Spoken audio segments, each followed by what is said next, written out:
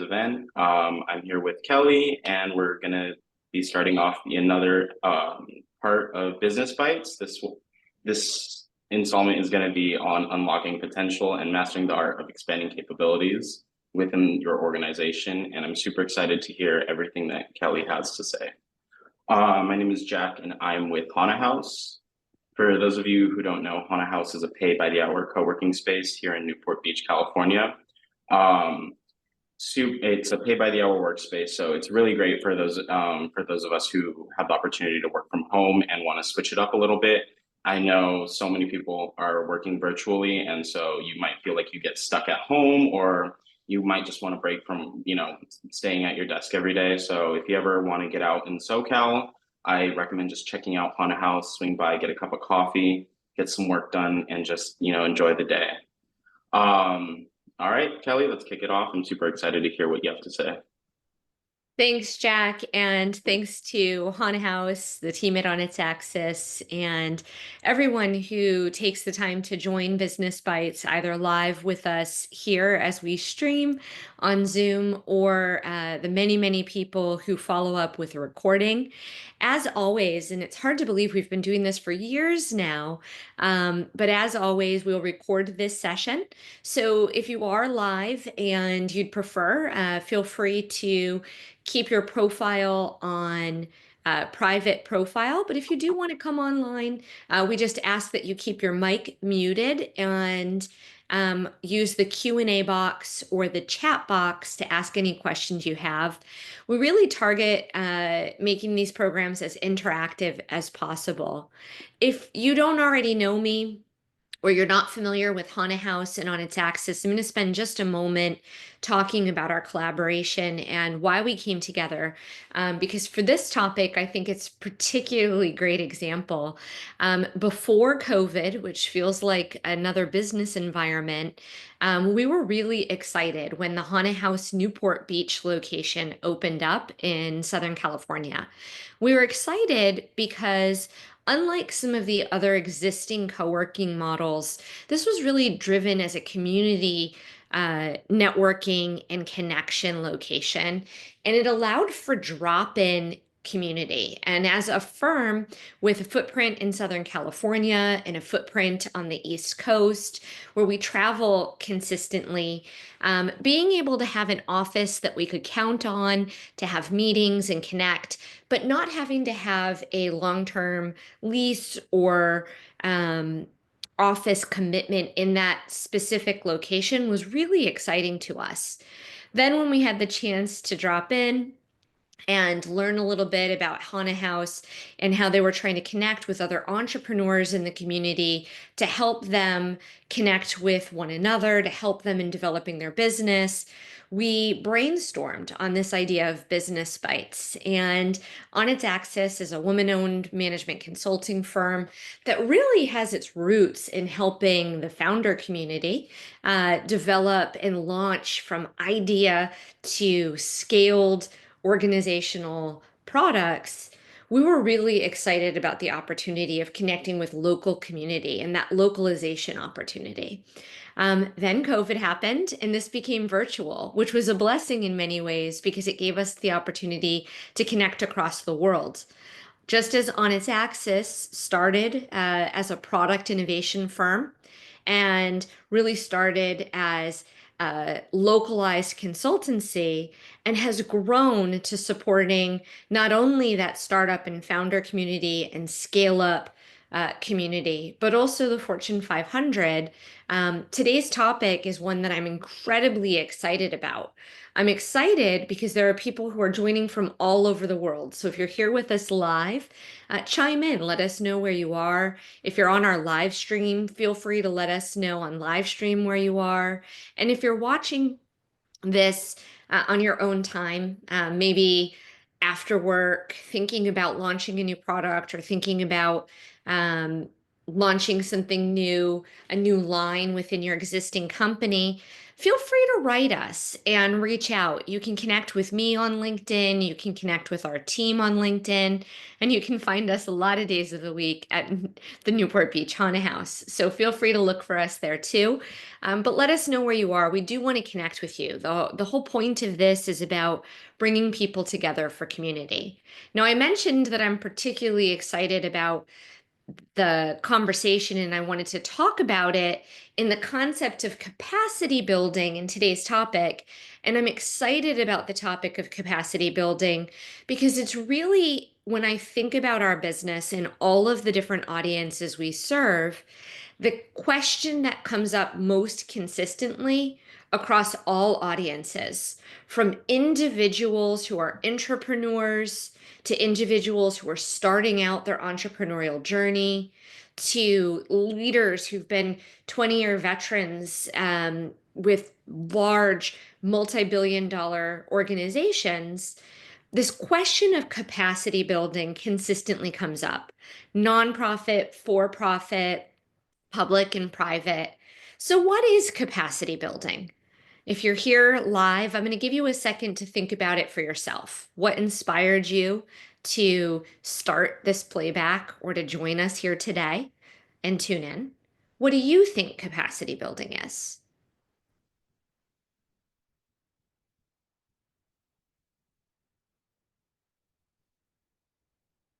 I didn't freeze. I just wanted to give you the opportunity to think about it for just a moment. And in today's session, I'll be doing that several times.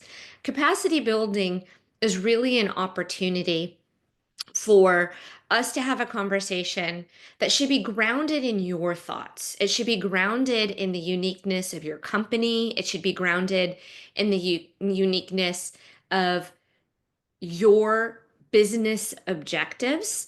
And so I want to know, as you're talking live, what it is for you that you're looking to achieve and accomplish. Now, as we think about capacity building, one of my very favorite definitions is actually by the United Nations.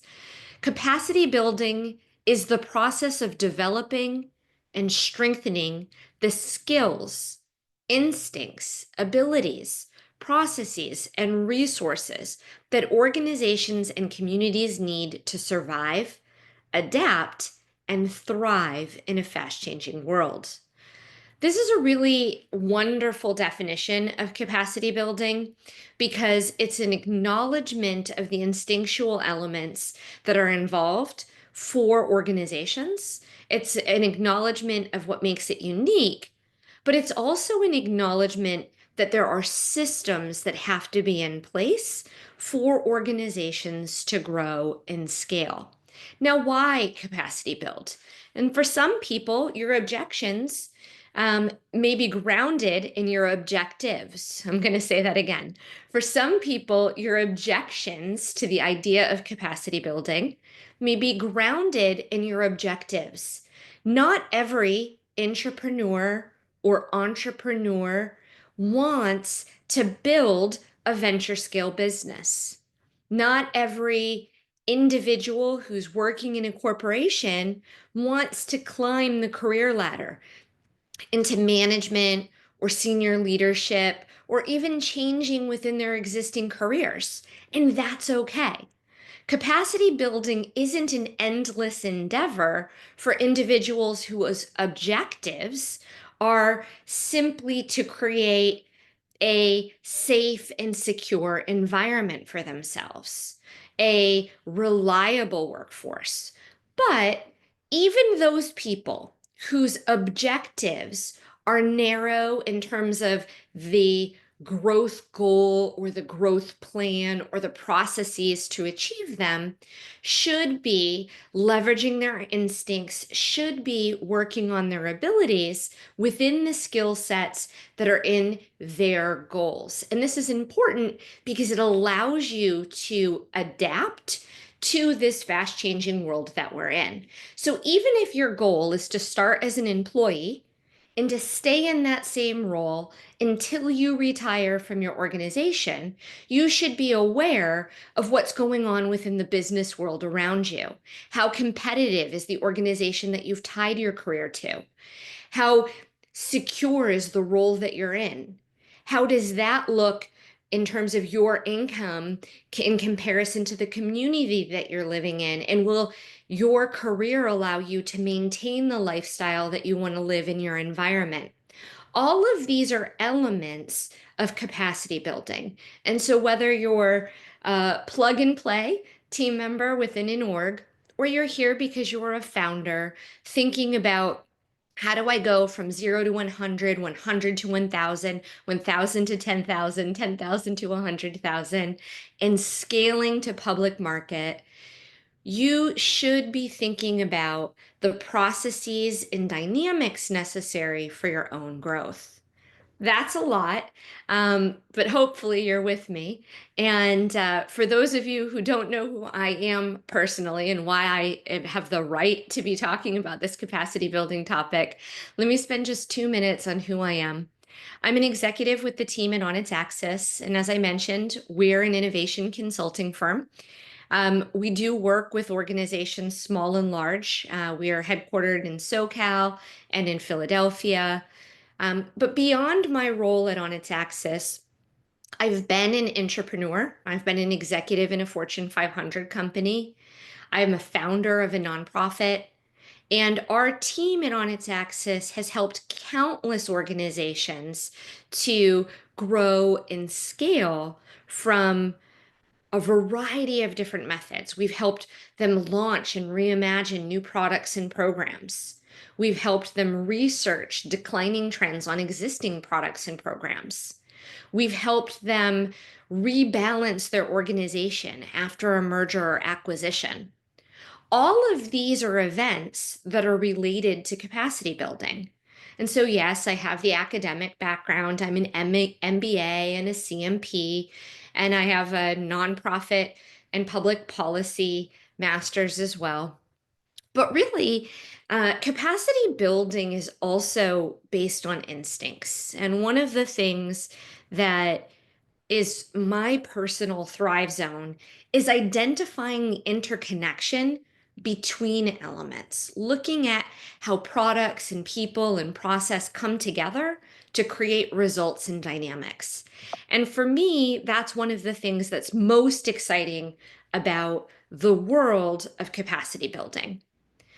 Now, not everybody thinks like me, and I'm aware of that. So I mentioned that this is one of the most common questions we get at On Its Axis, and one of the most common scenarios that I experience is this idea of capacity building. And it often comes up for entrepreneurs who are thinking about stepping out into entrepreneurship. So I'm thinking about becoming a contractor or consulting, leaving my W-2 job, or early stage startups who are thinking about how do I want to go from my first 5 clients to my first 25 clients. And when we think about capacity building, a really important element of this is tying your growth objectives to the resources you currently have at hand, and then thinking about the roadmap or the path to being able to have the resources you need to support at the same performance level for scale. So let's think about that together. On the screen, I have a hypothetical startup. This startup is coming to us and they're saying, I want to grow and I want to go out. So maybe it's we'll say Jill, and Jill's thinking about launching her first consulting business. She's thinking, I would like to move from my role as a legal, attorney in a practice to running my own legal practice for startups. And I want to go out and I want to get my first client. And the very first thing Jill wants to think about is what makes that client good? What does that first client need to have in order to leave the security of Jill's job in the legal practice? And Jill's going to have to map that out. She's going to have to think about what she needs to make the leap from moonlighting or side hustle, as we call it today, in supporting that first client, to really being able to step out as an entrepreneur into the world of having an independent legal practice. And then once Jill does that, Jill also needs to be thinking through, what does it look like And what's the timeline for me to go from that first client to a second client? And can I support that second client at the same level? Does my performance level with that second client have to be at the same amount? Or what is the path? What is the framework in which I want to think about beginning to scale my practice?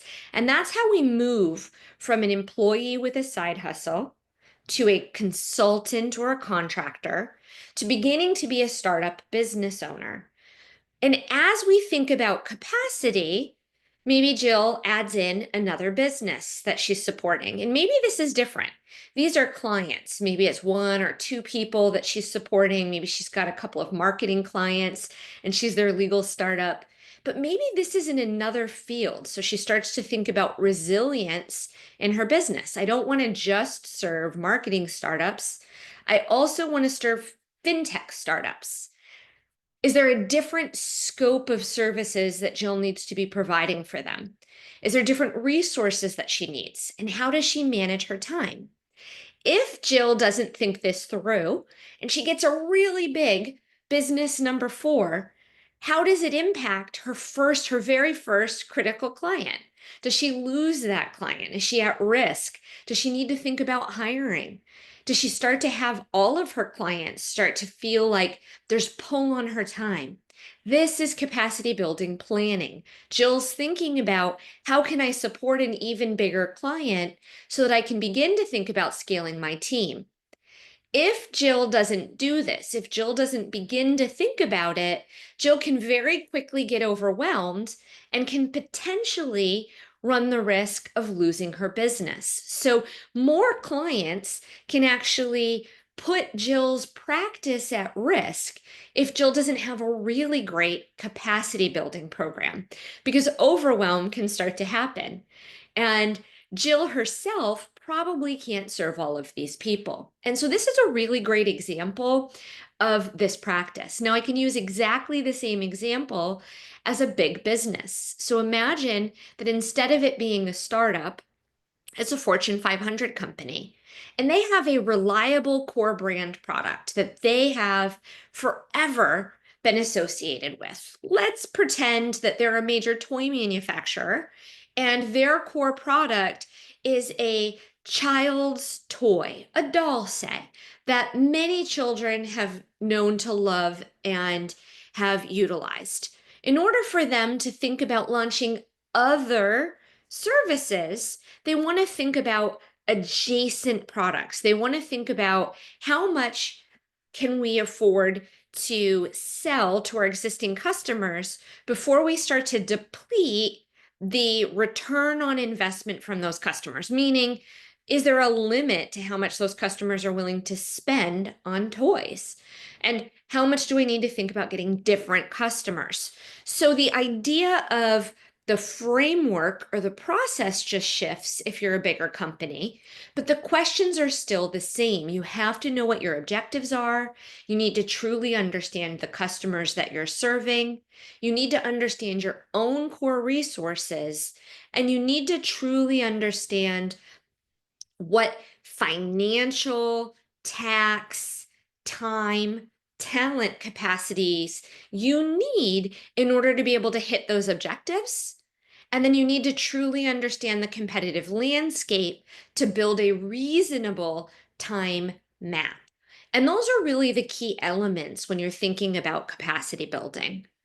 So I'll pause for a moment before we dive deeper into this idea of a line scale. And I'll just ask on this last question, are there any questions that you have about the idea of a roadmap for capacity building or on the concept of capacity building?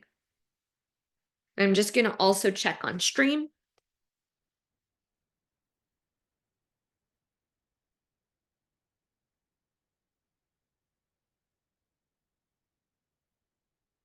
Okay, this is a good question on capacity building that I'm just going to come back to.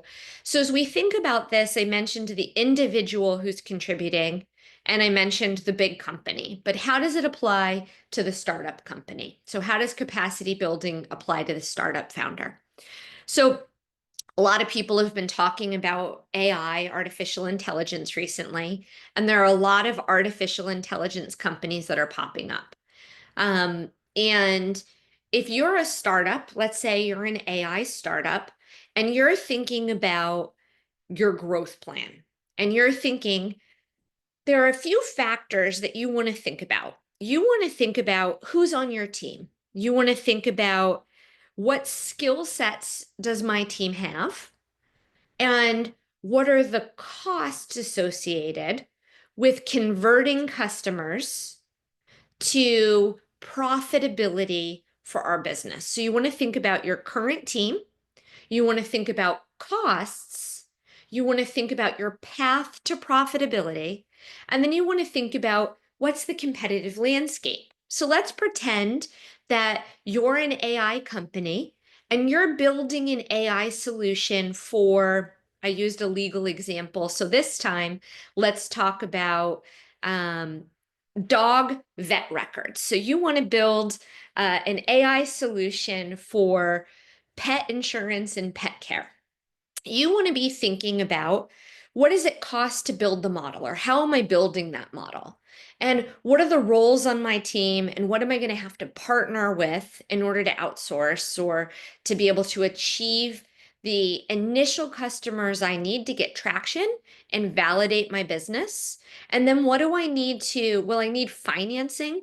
Will I need venture capital to be able to get to the next step? Or is there a path to profitability where I don't need to give away some of the equity in my company? So when you're a startup and you're thinking about capacity building, you're thinking about time, talent, treasure in very specific ways. You're thinking about staying ahead of the competition so that you have a defensible moat. This is something that VCs, venture capitalists, love to talk about. Do you have a defensible moat? So a barrier in your business that helps differentiate your startups from your startup from the other startups in the landscape. And that might be from your team. So your team might be comprised of two of the foremost veterinary experts in a particular market, and a California insurance commissioner might be on your board. And so you might say, hey, I'm really shored up on my talent, but I don't have anybody on my team that has great go-to-market and conversion expertise. And so I know to be able to get initial traction of initial customers and verify that there's a market opportunity for this, that's an area where I'm going to need some help. And then you need to build a plan around how to gain that capacity in a way that's most cost effective for you to retain your competitive advantage that you gained from your team, and to be able to retain your financial opportunity, right? You don't want to spend $100 million to go out and get those initial customers and only have them bring in 40,000. That's a really good example of the balance for startup. So hopefully that's helpful on the startup example, and thank you for the question. So as we're moving forward, capacity building isn't just something that happens at the beginning. Capacity building should be a continuous cycle within your organization. But whether you're just starting out or you're in a position of being a 100-year-old company, thinking about how to gain additional market share, how to respond to eroding customer margins. So like if, let's say you're a big business, but you've noticed that the last 3 quarters you've had a dip in sales in a really core business line, and you want to be able to make sure that you stay ahead of the competition by getting that back. You want to think about your capacity building that in a way that aligns to who you are as a company. So let me talk about USP for 1 second, and just a quick check-in. For those of you who are here and those of you who are online, are you familiar with the concept of unique selling point or unique selling proposition? And I'm just going to give it a second to hear.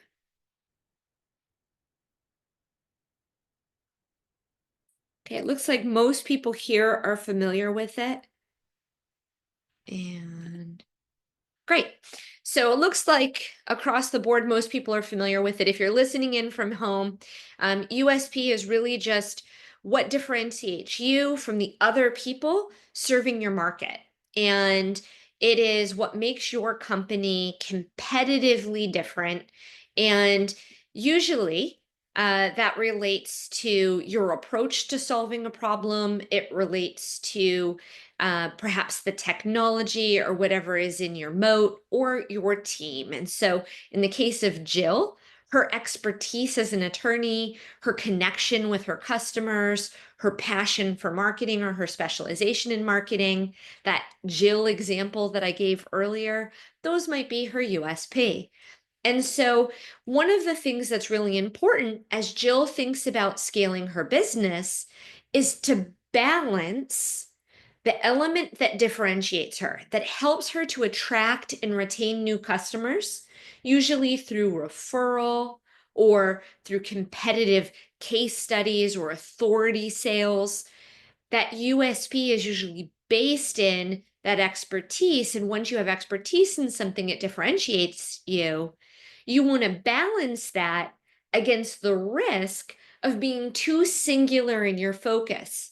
So if Jill launches her business and focuses on serving marketing startups, and AI changes the needs of marketing startups, Jill's business would be in jeopardy. So, Jill, when thinking about scale, not only needs to consider her expertise, her interests, passions, and objectives, but she also needs to think about the system she's selling in, the environment she's selling in, and she should be thinking about how to align her scale to an adjacent market to help insulate against big market changes. And so, if you've ever watched Business Bites before, you've heard me talk about market change and market opportunity.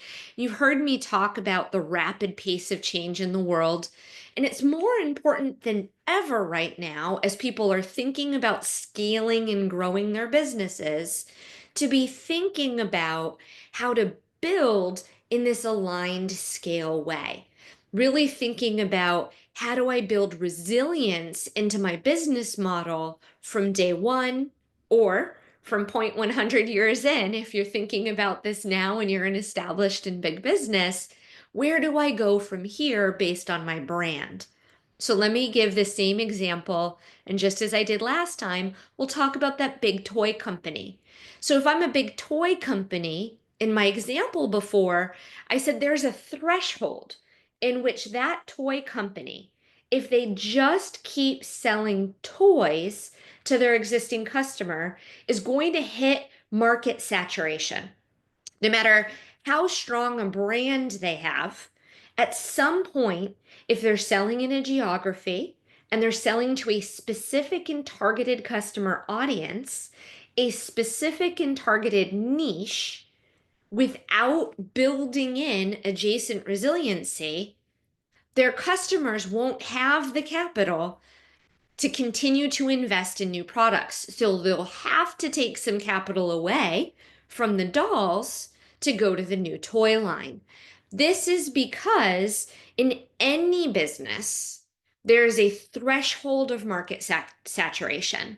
So when you're building and you're thinking about capacity building, you want to build resistance against market risk, but you also want to be building around market opportunity. And so you want to think about the opportunity of product adjacency.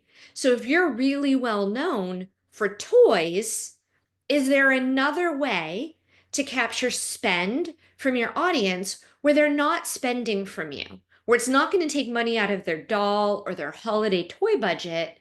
And instead, it's going to take money out of perhaps food. So we've seen this a lot in products, and we see it a lot through joint partnerships. So let's say that toy company goes into mac and cheese, and they say, let's put a version of an existing and well-loved brand mac and cheese product. Let's release it with mini versions of our toy. because this strengthens our brand reputation. It keeps our brand in front of our customers, but it's not taking money out of the toy budget. It's coming out of their grocery budget. That's an example of business resiliency and capacity building, utilizing joint partnerships. At the start of the call, I talked about the joint partnership with Hana House and On Its Axis. This is an authority sales partnership. Hana House was building for community and localization, and they created a hub, a place of connection for us to meet up with customers so that we didn't have to create that environment. We knew that if we had people that we wanted to meet with that were thinking about their business, thinking about entrepreneurship, that we could meet with them there and have a safe and exciting environment without us having to build that environment while still strengthening our brand. So we bring customers to Hana House. Hana House gives us the opportunity to reinforce our brand without eroding our time and talent to build out our own co-working or location specific spaces. And that's an example in that kind of mid-size or private company. Joint partnerships are a really great example of aligned scale that allows you to maintain your brand USP while still thinking about resiliency. That's a lot. So I'm going to pause for a second, and I'm going to check in for questions. Any questions on this concept?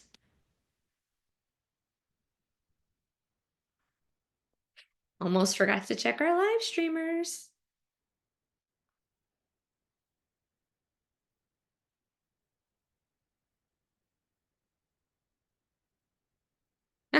Are there other kinds besides joint partnership? That's a great question. So yes, there are a lot of different ways that you can think about aligned scale. You see this quite frequently. I gave the example of Jill and the law practice. Occasionally you'll see a law practice decide to partner with a CFO or an accounting practice. And that's an example of that kind of joint partnership, but you might also see that law practice bring on another partner that's adding to their talent and expertise. And so if they bring on another partner to be able to contribute to the conversation, maybe that partner serves another vertical. So if they've been serving the vertical of marketing firms, just to keep with our example, this partner serves healthcare startups and has expertise around law for healthcare startups. That would be an example of it. But beyond that, it might be an entirely new service line. And so there are many companies, and I bet you can think of some, but there are many companies that start off with a specific brand. They might have been selling books, for example, and thinking about selling books online. And they realize, hey, as we are digitizing, there's a need for us to be able to change from having to do localized software on every desktop. And maybe there's an opportunity in tech and in cloud computing. Let's explore that with some of our revenue. And so let's start to incubate and solve our own problems and then build a business model around that. That's also aligned scale, thinking about your own business problems or the problems of your customers, and then thinking through other solutions.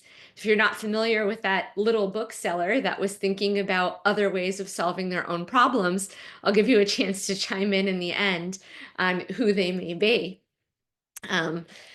So just keep thinking about that. Any other questions on this idea of scaling through aligned scale and brand USP?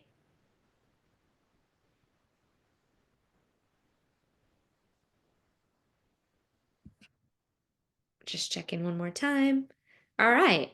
So as we move on, now, as you're thinking about this, one of the most common problems we see with organizations, and we've heard about it a lot recently, has to do with aligning your talent to your objectives.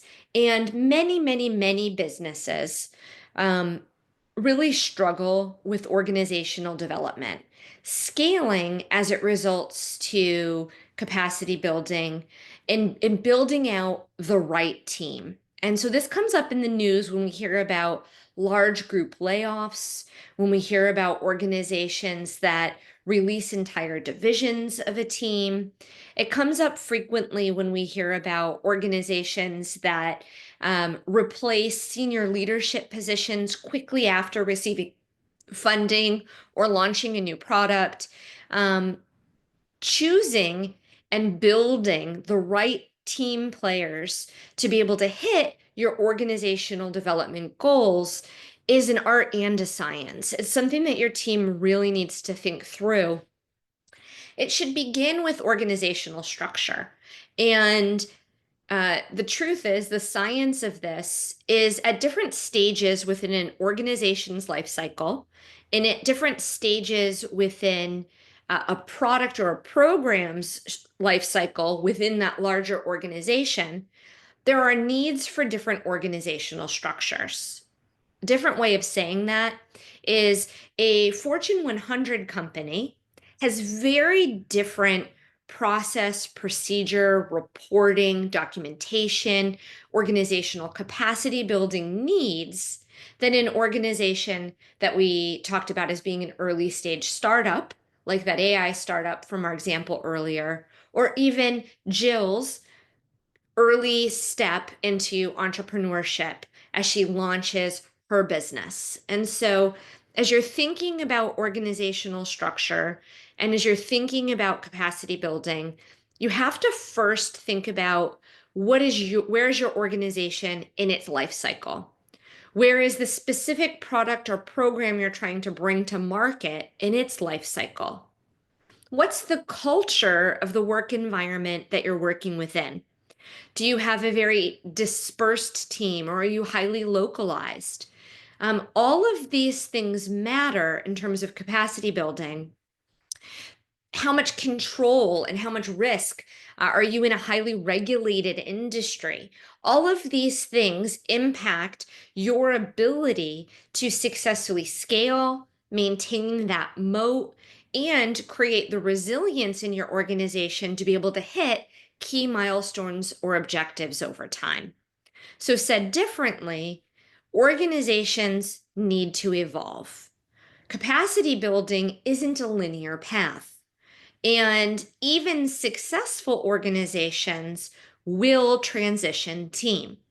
There are people who thrive in small, decentralized, and chaotic, we'll say early stage programs, products, work environments. They love the dynamic environment of solutioning.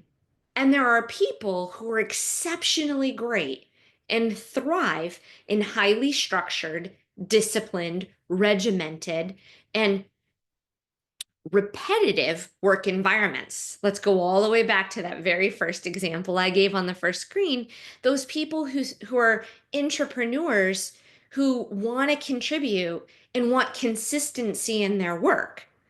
The environment that you choose as that individual, as you're thinking about consistency, as you're thinking about your thrive zone, is really important. So, when we think about organizational structure as leaders and organizational structure for capacity building, it's really important to be honest about what your current state is. If you're in firefighting mode and you're trying to move from your first 10 customers to your first 100 customers, and you have 6 months of organizational runway before your next fundraise, bringing somebody in whose last role was 13 years and not telling them about that environment and the upside and the risk of stepping in can create chaos, even if all other plans of your capacity building program are exceptional. So, that dynamic, the interplay of how do you recruit, how do you think about team, talent, time, how do you think about your org need is critical. We refer to this at On Its Axis as change agility. And change agility is about the dynamic of structuring your team for success based on your next several key milestone objectives. You don't want to think, where do I want to be in 20 years? And only plan for the 20-year roadmap. You also have to think about the success of the next 3 and 6 months to be able to ensure that the 20-year roadmap is possible. Change agility is about balancing. And we talk about this here at On Its Axis by saying that we're a product and people company. And a lot of people question about our name, On Its Axis. What does it mean? Well, we turn things on its side and look at them from different angles. So it's really about the intersection of product, process, and people. And this is capacity building. Capacity building is thinking about what is the competitive advantage of whatever you're trying to bring to market? What is your objective in trying to bring it to market? Are you bringing it to market with a goal of a 3 to 5 year exit? Are you bringing it to market with the goal of making $15,000 a month consistently for the next 10 years? Neither one of those is a preferred business model depending on your objectives and your goals. So if you want to be Jill and you just want to know that you can have 3 to 5 clients consistently over time, you can build a business model that supports that, and you can build for resilience around that, and you can create consistency, and there's not a need to scale. And that's capacity building for Jill's business. But you can also build this for a large international Fortune 100, thinking about, how do I move the needle from owning 42% of the market share to 47% of the market share over the next 5 years? What do I need to do in terms of products being delivered to market? How can I find that balance between new product launch and not eroding the value of my existing business products? And how do I do that without bringing too much change to my internal team to decrease internal team productivity? How do I find that innovation balance? And that's capacity building in a nutshell. So when you're thinking about capacity building, I'm going to come all the way back for those of you who are just joining in, and there's a few on the live call, and there's a few who just joined in here with us on Zoom. When you're thinking about capacity building, coming back to this United Nations definition, it's the process of developing and strengthening the skills, instincts, abilities, processes, and resources that organizations and communities need to survive, adapt, and thrive in a fast-changing world. So when you're thinking about this as a company, we've talked about, how do you survive? How do you make sure, if you're Jill and you leave your job as a partner at a law firm to launch your own practice serving marketing startups, and you're going out, how do you make sure that once you hang up the shingle and say, I'm in business, that you don't have to return back to the job search and go back in-house as a partner in another firm? Then how do you think about how to adapt in the environment as Jill?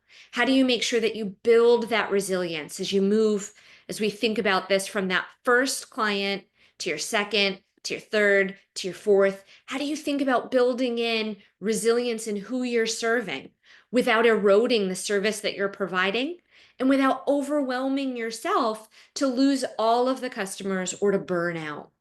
And as we think through this, how do we do this in a way that allows our brand to maintain brand integrity, to maintain its competitive advantage, its brand reliability, its consistency in the marketplace? How do we differentiate from our competition through joint partnership?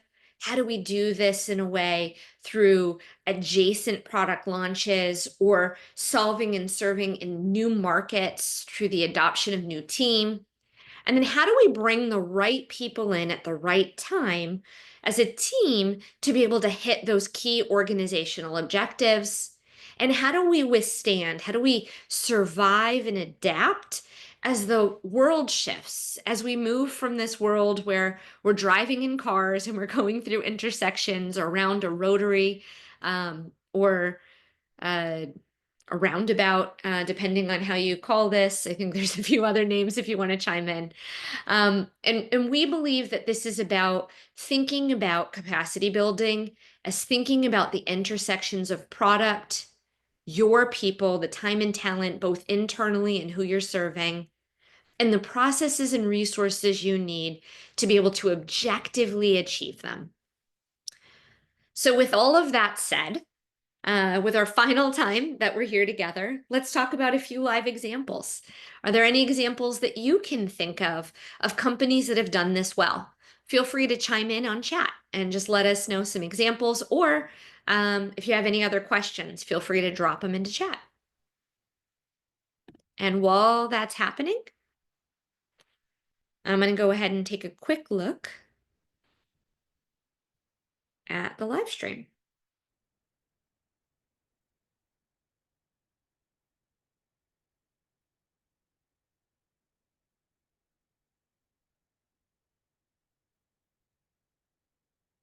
Okay.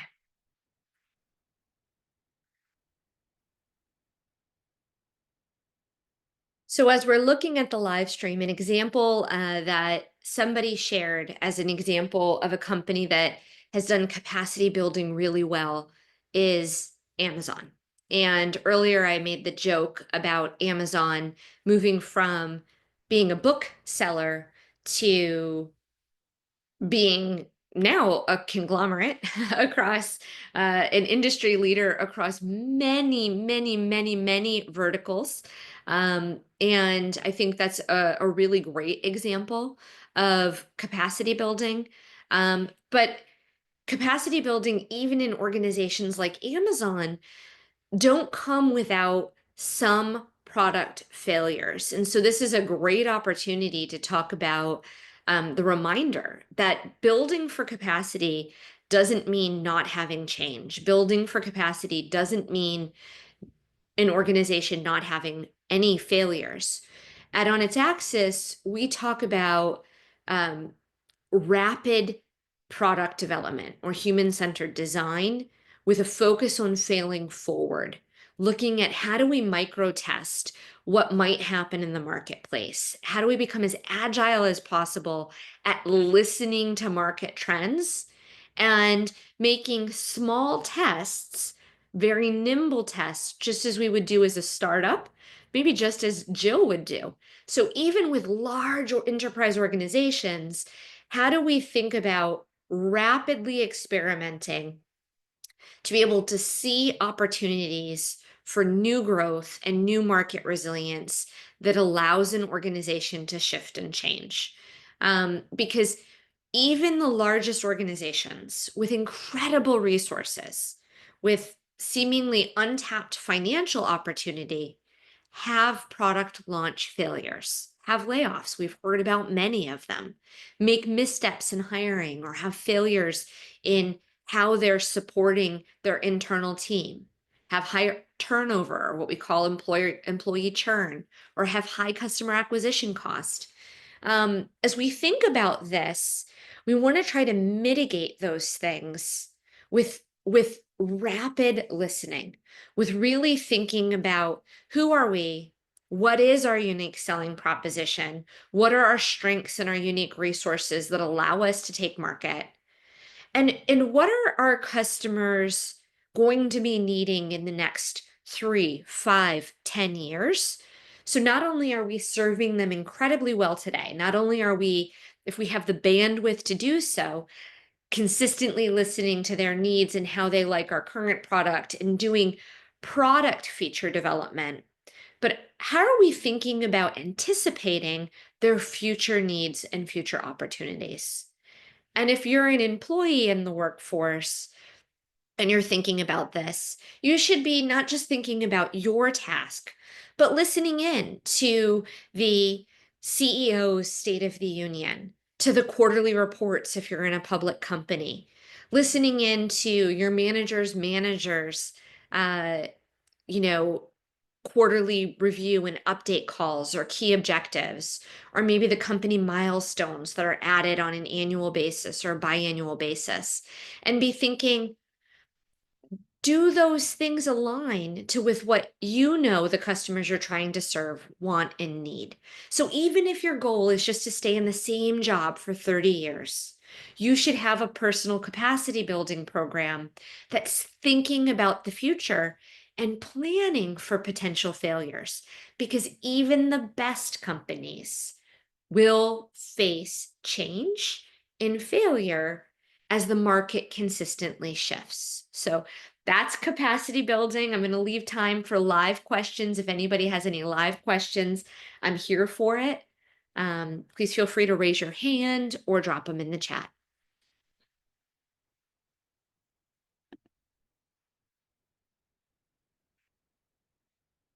If you're on our live stream, I'll take a quick look.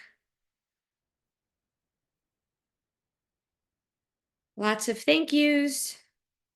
If you're listening from home and you have questions, feel free to link in with me. I'm available on LinkedIn, and always love connecting with the network and helping wherever I can. And if you see me at Haunted House, stop by, say hello. And with that, if there are no questions, I'm not seeing any, I will hand it to you, Jack, to close us out today.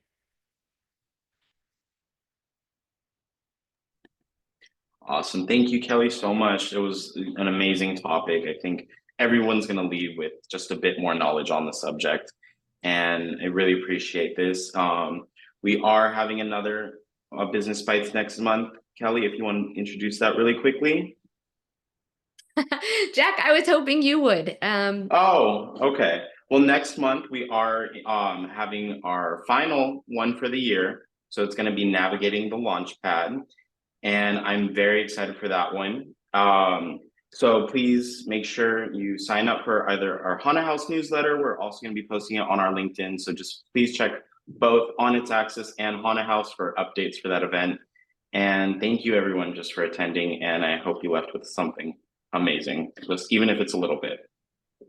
Thank you all. I appreciate your time.